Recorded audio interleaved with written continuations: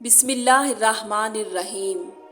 ایک صاحب کا کہنا ہے کہ اس کی گھر والی نے ایک دن اسے ایک لفافہ دیتے ہوئے کہا کہ میں اپنی کمیونٹی کے جس کلب میں جاتی ہوں وہاں پر آج کل ایک خاتون مقرر شخصیت سازی پر موٹیویشنل لیکچر دے رہی ہے۔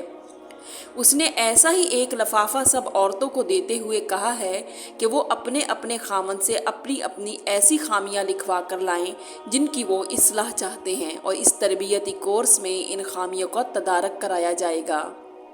خاوند نے لفافے میں رکھے کاغذ پر بیوی سے چھپا کر لکھا کہ میری بیوی جیسی بھی ہے میں اس سے پیار کرتا ہوں اور مجھے اس میں کوئی ایسی خامی، کوتاہی یا عیب نظر نہیں آیا جس کا میں یہاں ذکر کر سکوں۔ کاغذ کو لفافے میں ڈال کر جیسا کہ کلب والوں نے مانگا تھا مضبوطی سے بند کیا اور گھر والی کو تھما دیا۔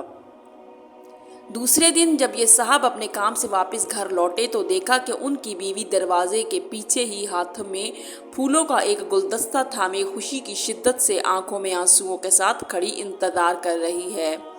بیوی کے لیے اپنے خاوند کے ایسے محبت بھرے جذبات، مدح سرائی اور رویے کو جاننا یقیناً بہت بڑا اور حیرت انگیز تجربہ تھا۔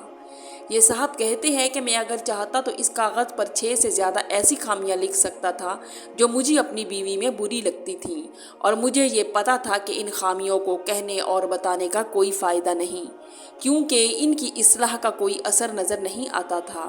لیکن بیوی کی اس مدح سرائی کا آئندہ کچھ دنوں میں بہت ہی مثبت نتیجہ نکلا اور اس نے اپنی 70% خامیوں کا ازالہ کر لیا۔ جانتے ہیں کیوں؟ تعریف کے جادو کا ابھی تک کوئی توڑ نہیں آیا اور مدح سرائی کو مادیات سے نہیں تولا جا سکتا۔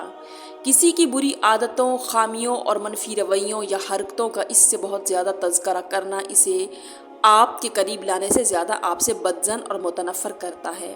اللہ تعالیٰ نے ہر انسان میں خوبیاں اور خامیاں رکھی ہیں۔ کوئی انسان نہ فرشتہ ہے نہ شیطان، بلکہ وہ خیر و شر سے مرکب ہے۔ زندگی آسان نہیں ہوتی، اسے آسان بنایا جاتا ہے، کچھ صبر کر کے، کچھ برداشت کر کے اور کچھ نظر انداز کر کے۔ اللہ تعالیٰ ہمیں اپنی خامیوں اور دوسروں کی خوبیوں پر نظر رکھنے کی توفیق دے، آمین۔ جزاک اللہ۔